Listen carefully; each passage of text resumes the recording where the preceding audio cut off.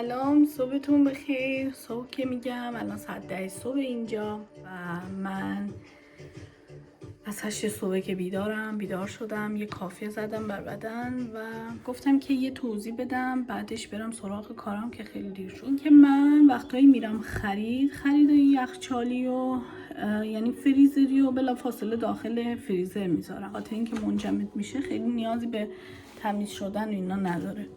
اما وسایل داخل یخچال رو هر هفته که خرید میرم باید اول یخچال رو تمیز کنم، بعدش وسایلایی که شستنیه رو بشورم، خوش کنم، بعد داخل یخچال بذارم. دیروز که من خرید رفتم، اول وسایل فریزری رو داخل فریزر گذاشتم، بعدش وسایل یخچال رو داخل یخچال گذاشتم که حالا بعدش ویدیو رو براتون میذارم، خودتون میبینید. اول یخچال تمیز کردم، بعد وسایل داخل یخچال گذاشتم و الان میرم سراغ سبزیجاتم، یعنی میوه و بالاخره چیزایی که شستنیه رو باید بشورم، خوش کنم، بعدش داخل یخچال بذارم.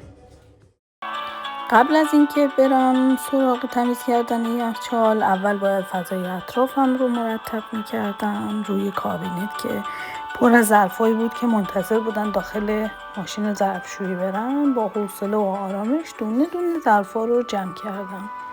بعدش هم آب کشی کردم و چیدم داخل ماشین ظرفشویی. همیشه برام مهمه که محیط اطرافم مرتب و خلوت باشه تا بتونم با انرژی و تمرکز بیشتری کارا رو ادامه بدم.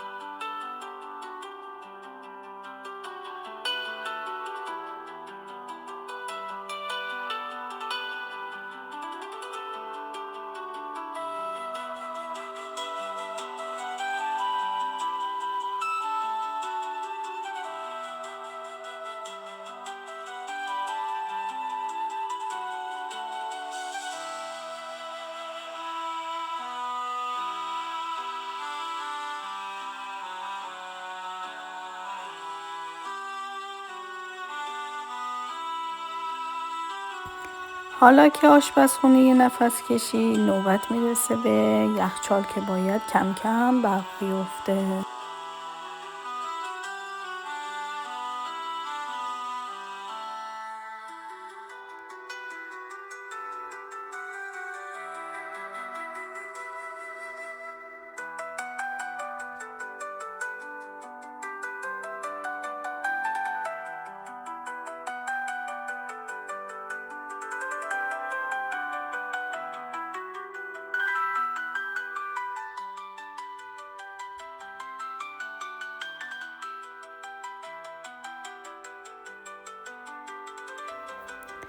حالا نوبت رسید به میوه‌هایی که تازه خریده بودم.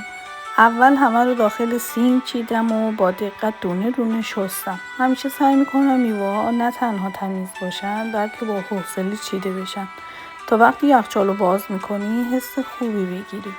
این مرحله شاید ساده به نظر بیاد اما برای من یه جور مراقبت و آرامشه. وقتی همه چی مرتب و تمیزه انگار ذهنم هم آروم‌تره.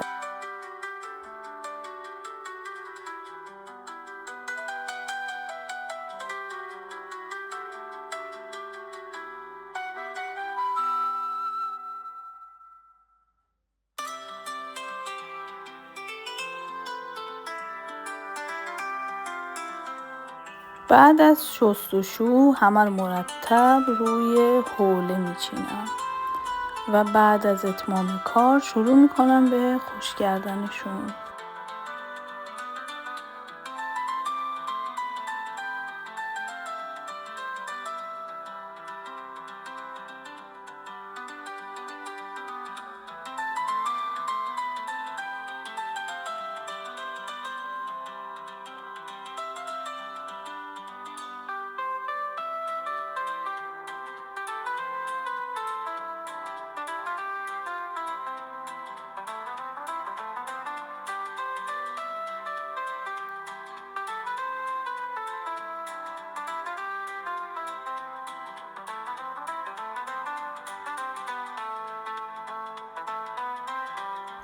حالا نوبت به چیدن میوه ها و سبزی ها داخل یخچال رسیده. برای من نظم داخل یخچال خیلی مهمه چون باعث میشه هم مواد غذایی دیرتر خراب بشن هم پیدا کردنشون راحت تر باشه. میوه ها رو با دقت داخل سبدهای مخصوص میذارم، سبزی ها رو داخل ظرفای دردار میذارم تا رطوبتشون حفظ بشه و تازه تر بمونن.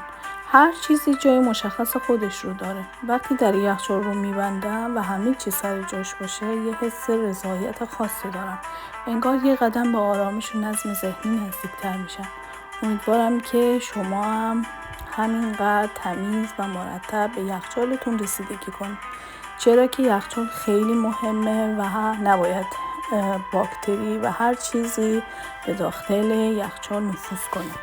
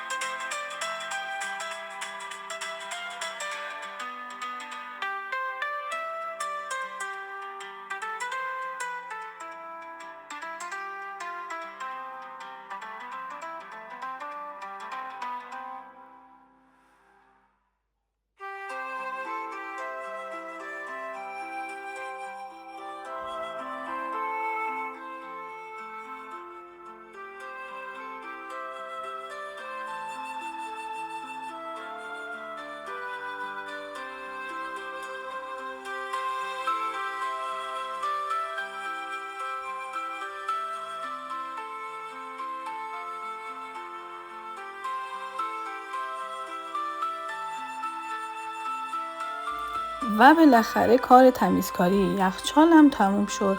حالا که همه چیز تمیز و مرتب سر جای خودشه یه حس خوبی توی دلم نشسته. برای من تمیز کردن فقط یه کار خونه نیست، یه جور مراقبت از خودمه. انگار دارم با نظم دادن به اطرافم به ذهنم هم آرامش میدم.